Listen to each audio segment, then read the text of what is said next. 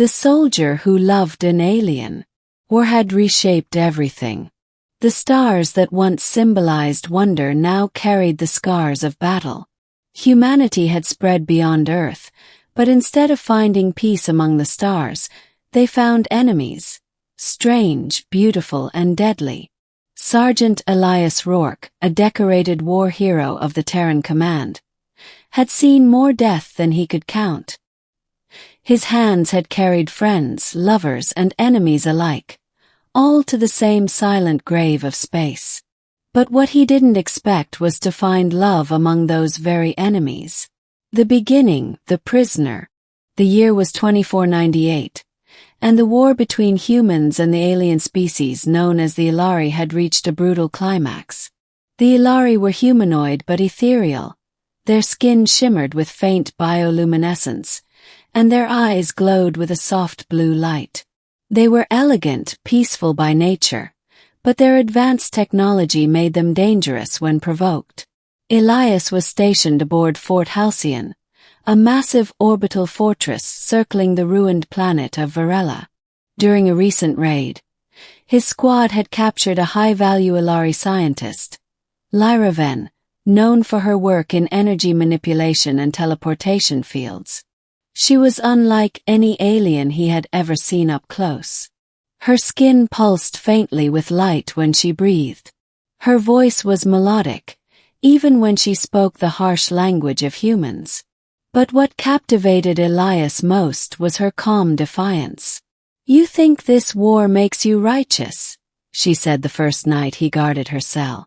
"But it's only making you forget what being human means." Her words lingered long after his shift ended.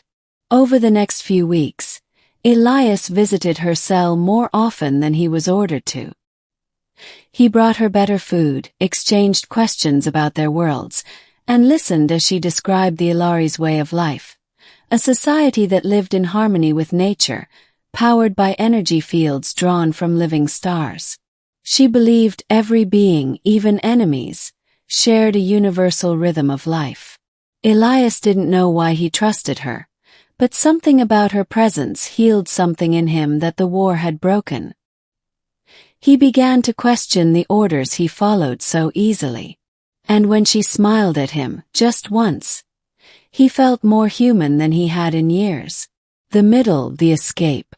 Then came the mission. Terran Command discovered that Lyra held the secret to the Aelari warp nexus, a technology that could end the war instantly, by either annihilating the Aelari homeworld or saving it. Elias was assigned to escort her to the research bay for interrogation. He knew what that meant. They wouldn't question her.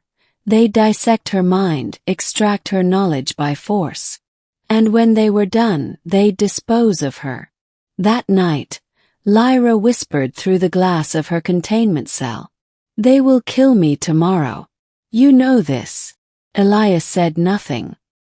His hands clenched around his rifle. She looked into his eyes. "Help me escape. Can stop this war. But I need you." Something inside him cracked. Every oath, every medal, every order, all seemed meaningless compared to the silent plea in her glowing eyes. So he made his choice.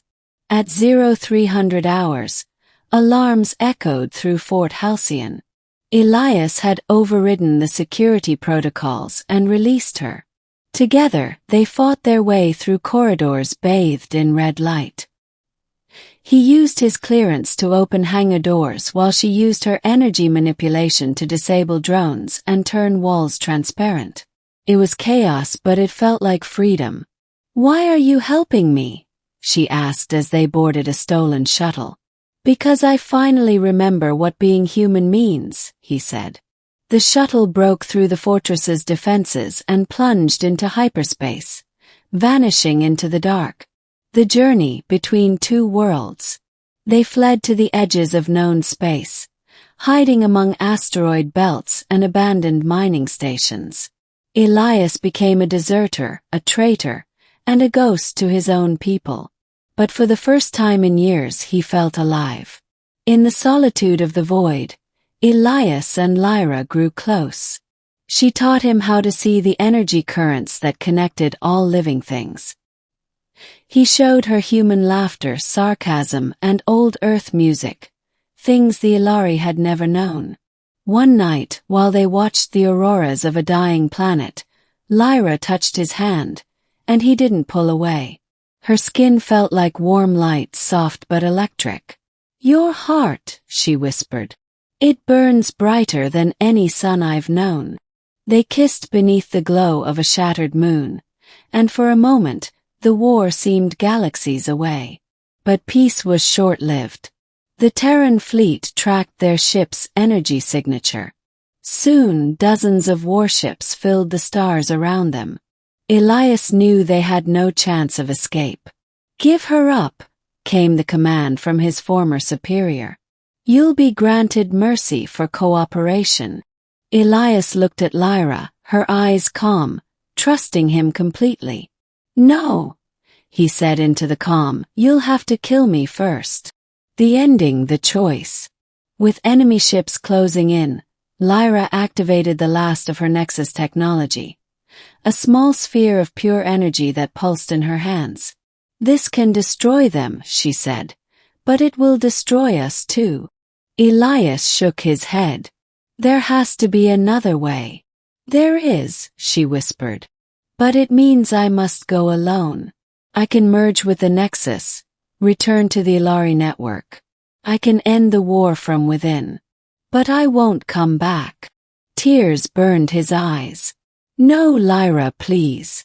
She touched his face gently, her light dimming with sadness. "You gave me something my people could never understand. Love without reason. Now I'll give you peace without war." Before he could stop her, she stepped into the glowing field. The ship filled with blinding light as her form dissolved into pure energy, spreading through space like a wave. Every Terran ship froze. Their systems powered down. The weapons went silent. Across both human and Aelari channels, the fighting stopped. When the light faded, she was gone. Elias survived, found drifting in the wreck of his ship weeks later. The war ended soon after, and both sides began peace talks. They called it the Miracle of Varela. Years passed. Elias never returned to service. He lived quietly on a frontier moon, tending to a garden beneath alien skies. Sometimes on clear nights, he looked up at the stars and saw faint blue lights dancing among them, like the shimmer of a woman made of starlight. He would whisper softly, "I still love you, Lyra." And somewhere in the energy currents of the cosmos, a gentle voice replied, "I never left you."